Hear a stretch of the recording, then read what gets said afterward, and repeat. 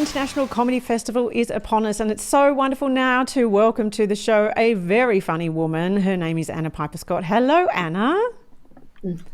Hello, thank you for having me. I understand that your show, Queer and Present Danger, opens tonight in Melbourne?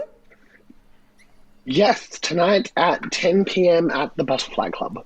Okay, so Queer and Present Danger, you say, is debunking myths around trans. Tell us, what are the kinds of myths, as a fabulous trans woman, do we know? What kind of myths are out there? What do we get wrong about trans? Well, I think the biggest one is that everyone is putting this myth out there that trans women are trying to get into women's bathrooms, especially, but women's spaces in general, trying to get into women's sports, and just this whole idea that trans people are doing this some way to gain an advantage, especially trans women, that there's some kind of like special benefit to being a woman that we're trying to, steal. And not that we're not meant to have access to, rather than us being ourselves and just expressing who we are. Just this insane idea that there's somehow a lot of money and fame in women's sports that we're trying to get to. It's just kind of like, I don't know if that's the most profitable career path. I think there's probably a lot more places I could be making money and getting fame and getting recognition as a cis man than I would as a trans woman, Like, this you make a very good point. Ruse. Yeah, we're not there yet in women's sport. It certainly doesn't attract the riches that men's sport attracts. So why would you? Yeah. Why would you go through all of this to get crumbs? It's never an accusation that they throw at trans men. By the way, it's never something that they're going like, "Oh, you're trying to get the money and fame of being a man in sport," which there's a lot of. There's a lot of power and privilege there. Like, if anyone was going to be making that change, that's the way you'd be going to exploit things. But it's not happening. Like, you don't go through all this to exploit stuff. It's too difficult to, the benefits for it are just emotional. They're personal. They're not financial by any means. This is so true. Comedy has a long and proud history of going where society is too scared to go, right? And this is what you are doing. It must feel good to know that you are shifting some attitudes along the way. How important is it for you to be seen as a change maker in this space? Oh, I love it. I just finished doing 2 weeks of this show in Adelaide at the Adelaide Fringe, and it was just really lovely to have people who, I say this in the show, for many people I'm the first trans person they've ever seen in the wild, so they only hear about us, they never hear from us. And I think that's a really kind of, beautiful way to change that. And I think especially when you're hearing it from someone who's making you laugh, I think a lot of people get intimidated to talk or hear about trans people because it's new to them. And they think it's going to be intimidating, whereas it's hard to be intimidated by someone who's making you laugh. It's hard to be intimidated by someone who's, making, dick jokes, as it were. It's a way to kind of like learn without knowing that you're learning. Yes. I always say comedy is a little bit, it's a spoonful of sugar with the medicine in a lot of ways. Yeah, I'm just like, jokes, funny experiences that I've been through that no one else who, isn't trans has been through. And, then everyone comes out of the other end of it and they're talking to me after the show and they're like, it was really funny. And they're like, I think I learned something, Yes. Like they don't realize that they were educated until they get out, until, the jokes are starting to fade away and the facts get left behind. So you're like a walking Ask Me Anything in a lot of ways, Anna. You tell me that you're okay with any questions. What are the strangest or most bizarre questions you've been asked? I think usually my problem is that people don't ask me the questions. You can tell people they're wanting to wonder stuff. They're wanting to, people always think that the question I get all the time is, what genitals do you have? Or have you had the surgery and everything like that? And I would happily talk about that with anyone who wanted to know, but everyone's just kind of like, you can see them maybe look down at your underwear. You can see them maybe try and figure out. But they never actually ask. They never put it out there because they're too afraid of being offensive. They're too afraid of saying the wrong thing. They're too scared. But that is an offensive thing to ask someone, surely. Isn't it good that they've got manners?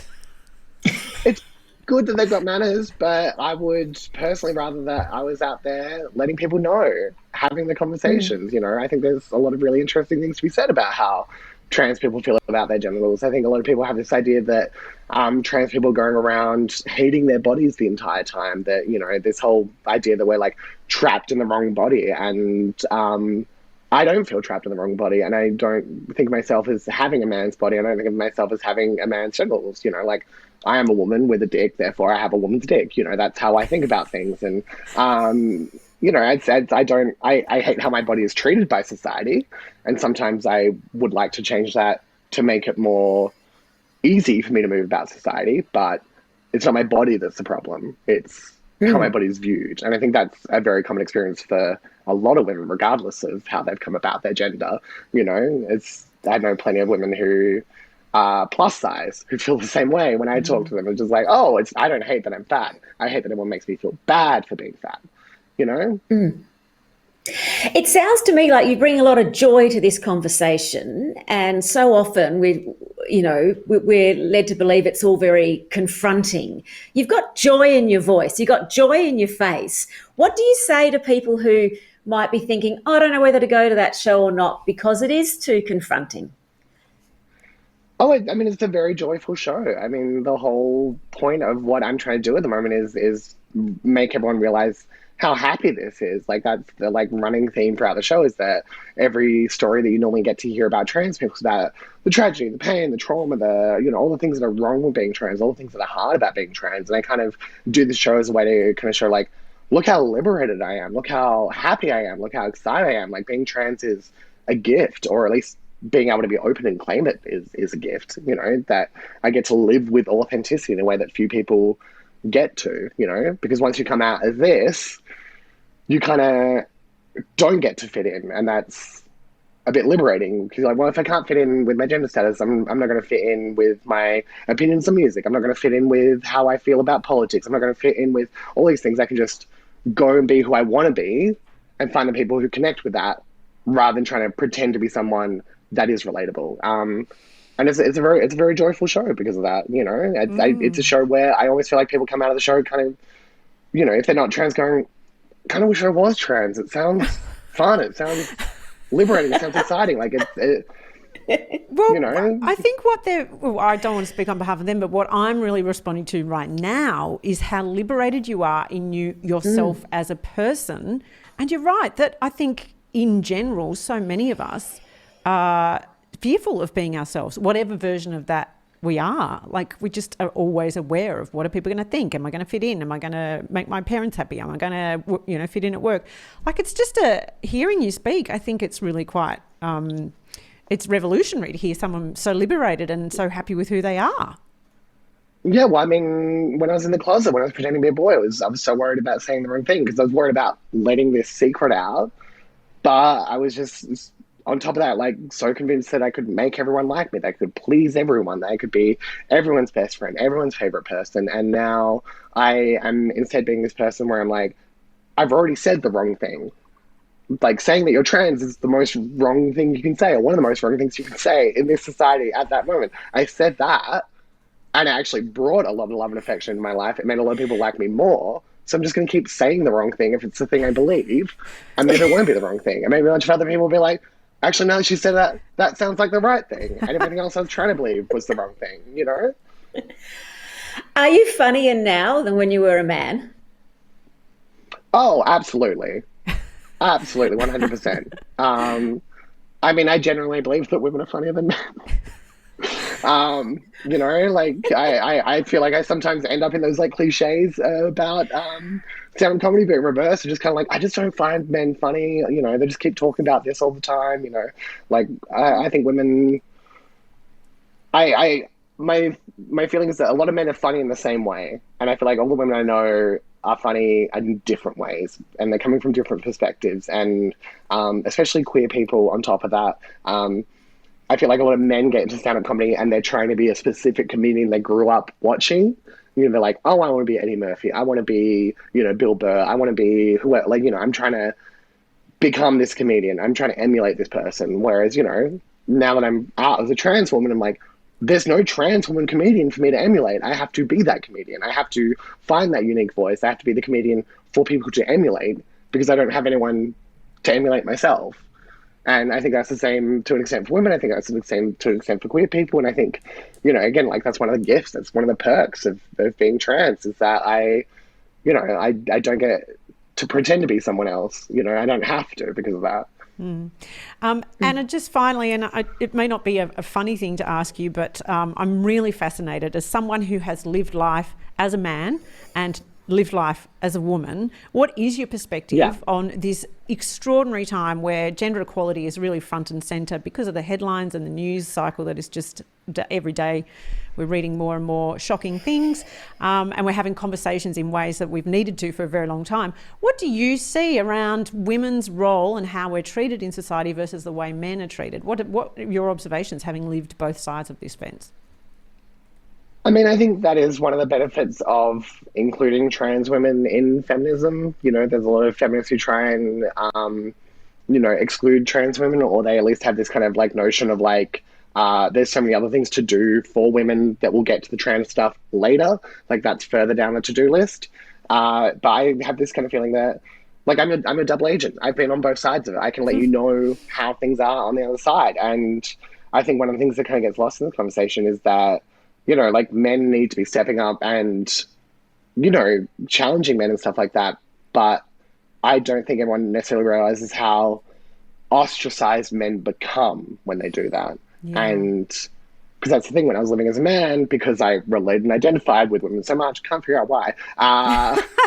Because I was doing that, I was defending women, I was stepping up for women, and I got less and less included, and I kind of, was a boy who wasn't part of the boys' club, in a certain sense. And I think it doesn't require just men to step up and call people out, but it also requires men to step up and back up the boys who are doing the right thing, And that's, I think, the detail that gets lost. It's kind of like, it's not just be the first person, but be the second person, be the third person, be, that person who stands next to your brother and goes, yeah, what he did is right.